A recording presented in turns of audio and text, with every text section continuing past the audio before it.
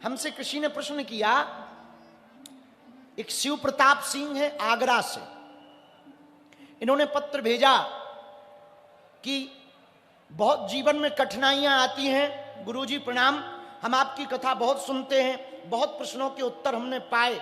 एक प्रश्न हमारे मन में बार बार आता कि भगवान कठिनाइयां देता क्यों? हम सब भगवान की संतान है, पर भगवान कठिनाइयां क्यों देता है? कारण क्या है?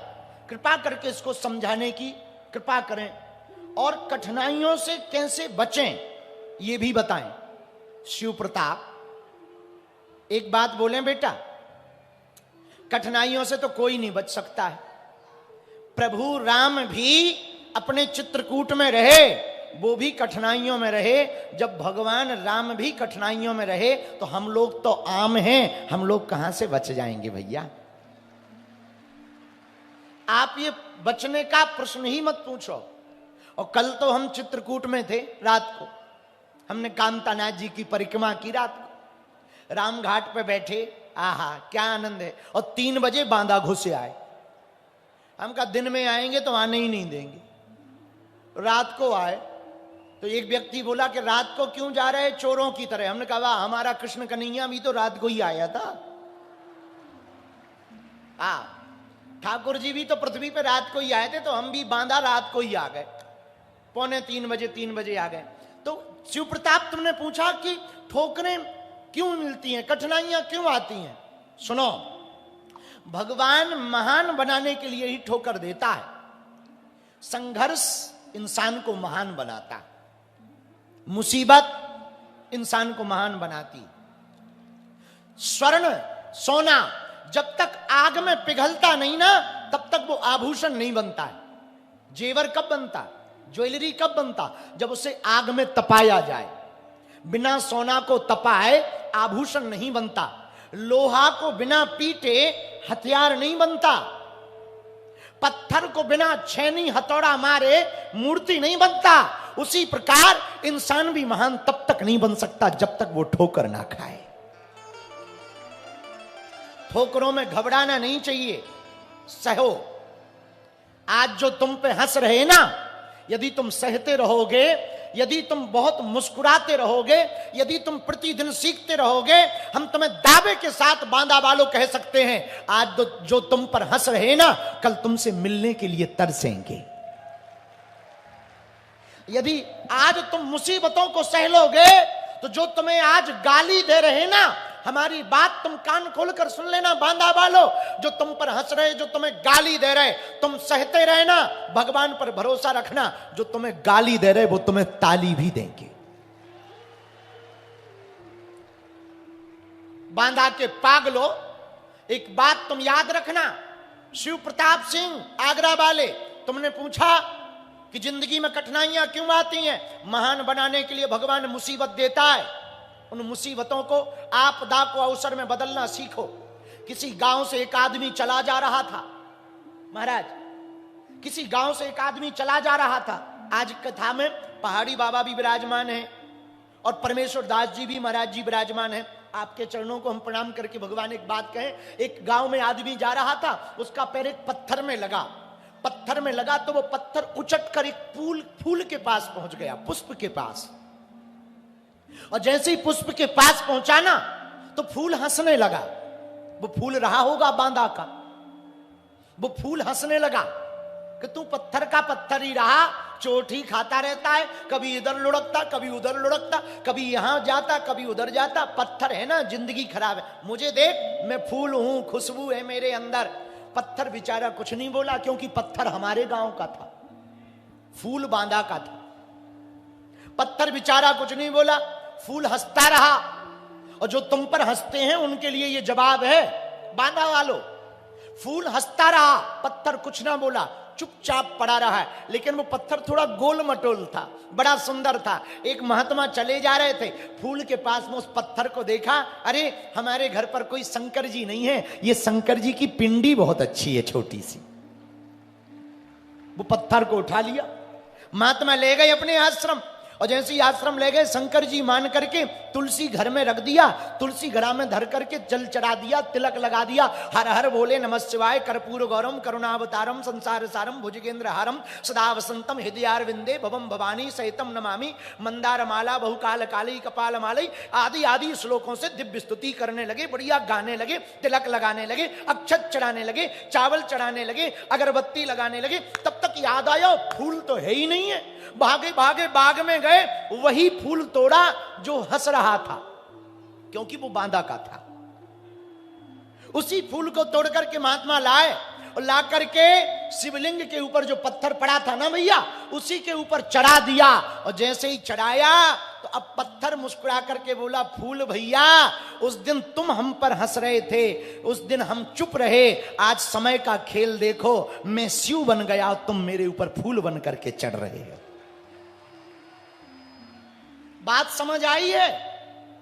बोलो हाँ जी या ना जी? अरे जोर से बोलो ना।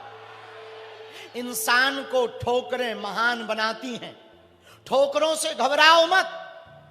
मेरे पागलो, तुम्हारे जीवन में मुसीबतें हैं, घबराओ मत। भगवान राम को भी भगवान बनने के लिए बन जाना पड़ा, जब तक वो बन नहीं गए तब तक वो बन नहीं पाए।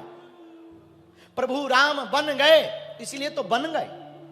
अपने ही चित्रकूट में 12 साल तक रहे, यही बगल में है चित्रकूट।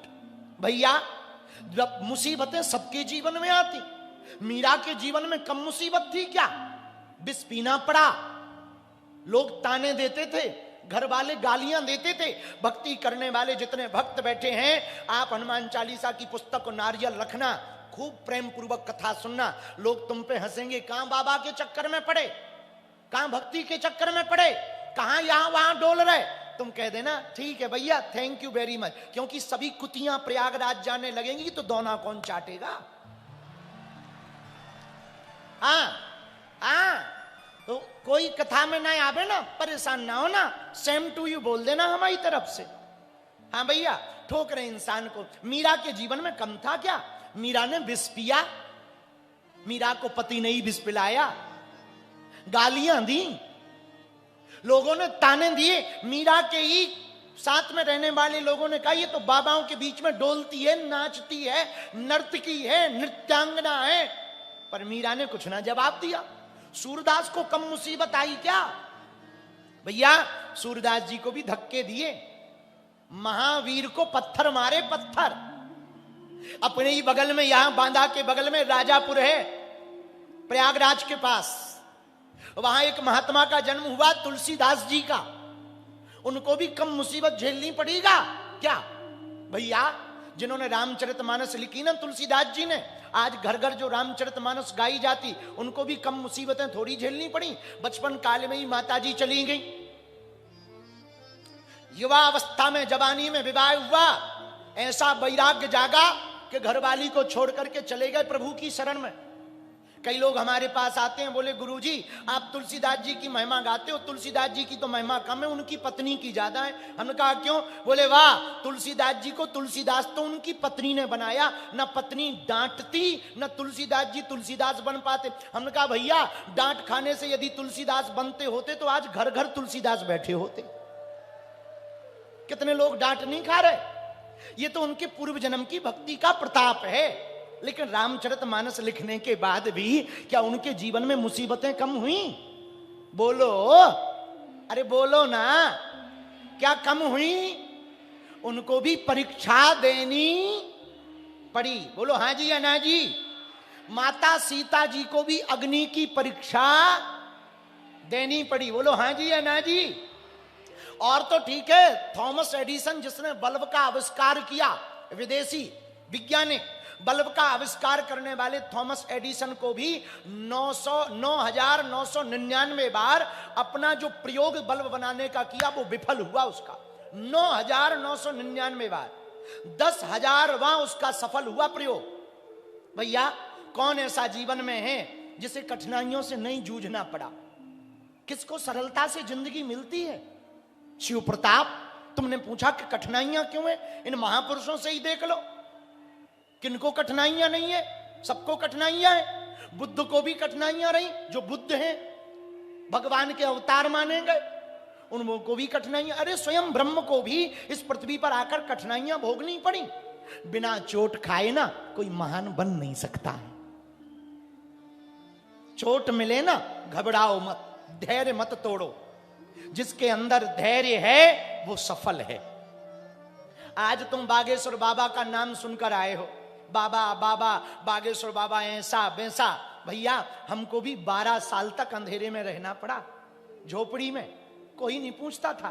तुम्हारे बगल में ही गांव है हमारो, कहूं दूर के ना भैया, छोटे से गांव के हैं भैया। उस गांव में हमारी औकात हमें पता है। आज आप बुला रहे, हमारे प्रवीण जी जो कथा जजमान है, इतने श्रद्धा पूर्वक इतना बड़ा पंडाल लगाया, रुकने की व्यवस्था की, पूरी व्यवस्था देख रहे, घर घर जाकर के पीले चावल बांटे, उनके पूरे परिवार ने सेवा की, बहुत अद्भुत व्यवस्था की। भैया आज तो लाखों लोग आ गए, पर हमारे जीवन में हमें पता है हमने क्या क्या भोगा। हमारा गांव का सरपंच भी हमें बैठने को नहीं पूछता था, हमारे गांव का सरपंच भी हमें कुर्सी नहीं देता था। आज तो प्रधानमंत्री आ रहे बागेश्वर धाम पर, राष्ट्रपति जी आ रहे, देश का कोई भी विषय होता है पूछा जाता है। भैया ये हमारी कृपा नहीं है, ये बालाजी की कृपा है। ये बात हम इसलिए बताना चाह रहे हैं। शिव प्रताप, तुमने पूछा कठिनाइयां क्यों आती हैं? सबके जीवन में आती हैं और भोगना पड़ता है। कठिनाइयां तो आएंगी, बिना चोट खाए आप महान नहीं बन सकते हो। यदि आपको महान बनने का शौक है ना, कठिनाइयों को झेलो और मुस्कुराओ। उसके बाद एक और प्लस पॉइंट, दिक्कतें आएंगी और तुम मुस्कुराओ। मतलब सीधी सी बात है, आदमी बेइज्जती करे और तुम हंसो, इतने कमीने बनो।